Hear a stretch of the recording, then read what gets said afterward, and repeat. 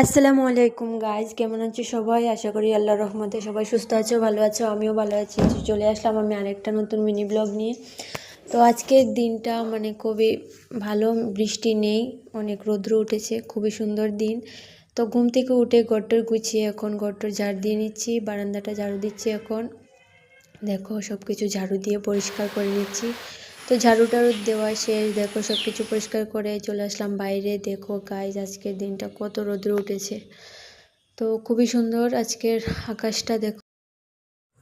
তো গাইজ, ঘরটার ঝাড়ু দিয়ে এখন মুখ ধুয়ে নিচ্ছি। মুখ টুক দিয়ে এসে দেখি অনেকগুলো বাসন ছিল রাত্রের। তো বাসনগুলো ধুয়ে এখন আবার হাত পা ধুয়ে এসে পানি খেয়ে নিলাম। পানি খেয়ে সকালে নাস্তাটা করে নিচ্ছি। তো চা খেয়ে নিচ্ছি ব্রেডের সাথে। তো চাটা খেয়ে তারপরে করব রান্নাবান্না। তো রান্নাবান্নার আয়োজন করছি। তো রান্নাবান্না একটু সিম্পলি প্রথমে ভাতটা রান্না করে নিয়েছি গ্যাসের মধ্যে, আর ডাল আর করবো আলু ভাজা। তো ডালটাও নামিয়ে এখন ডালের সাথে আলু ভাজা করে নিচ্ছি। তো আলুটা এখন ভেজে নেব। আলু ভাজতে চলে এসেছি দুধ। তো এখন দুধটাকে গরম করে নেব। আলুটা দিকে বসিয়ে আমি গ্যাসের মধ্যে আবার এসেছি দুধটা গরম করতে। তো আমরা বেশিরভাগই মাটির চুলায় রান্না করি, আর অল্প কিছু থাকলে সেটা গ্যাসের মধ্যে করি। তো আলুটা ভেজে ভাত খাওয়ার আগে দুটা ড্রাগন ফল ছিল ঘরে। তো সেই দুটাকে কেটে নিলাম, কেটে খেয়ে নিচ্ছি সবাই। খেয়ে এখন সকালে ভাত খেয়ে নিচ্ছি। আলু ভাজা আর মাছের ভাজা আর ডাল ছিল, তো সেটা দিয়ে খেয়ে নিয়েছি। খাচ্ছি, এখনও খাওয়া শেষ হয়নি। তো সকালের ভাতটা এখন সবাই মিলে খেয়ে নিচ্ছি। সকালের ভাত খাওয়ার পরে কিছু সময় বসে থেকে আমরা 3 বেলা ভাত খাই গাইজ। তো সকালের ভাতটা খাওয়ার পরে এখন দুপুরে রান্নাবান্নার আয়োজন করছি। তো আমি আর পরে কোনো ভিডিও করিনি, তার জন্য কিছু দেখাতে পারলাম না। তো দুপুরে রান্নাবান্না করছি এখন। তো দুপুরে রান্না হচ্ছে মুরগির মাংস। তো সেটাকে এখন ধুয়ে পরিষ্কার করে নিয়েছি। দেখো এখন এটাকে রান্না হবে। তো রান্না করার জন্য এখানে সব কিছু রেডি করে নিয়েছি। এখন মাংসটার মধ্যে নুন হলুদ দিয়ে মরিচ দিয়ে ভালো করে মাখিয়ে ভেজে নেবো মাংসটা। কারণ কি আমরা এটা চিকেনটা আমরা ভেজে রান্না করি, তো এভাবে খেতে পারি না ভাজা না করলে।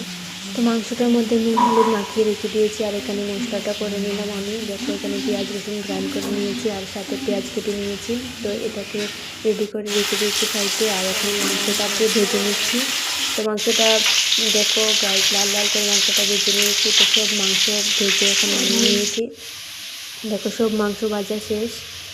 তো এখন মাংসটা রান্না করে নেব। তো তার জন্য দিয়ে দিলাম কড়াইয়ের মধ্যে তেল দিয়ে পেঁয়াজ রসুন দিয়ে ভালো করে নাড়িয়ে নেব। নাড়িয়ে ভালো করে মশলাটাকে প্রথম কষিয়ে নেব। কষিয়ে মাংসটা দিয়ে ভালো করে রান্না করে নিচ্ছি। এখানে কোনো রেসিপি শেয়ার করছি না গাইজ।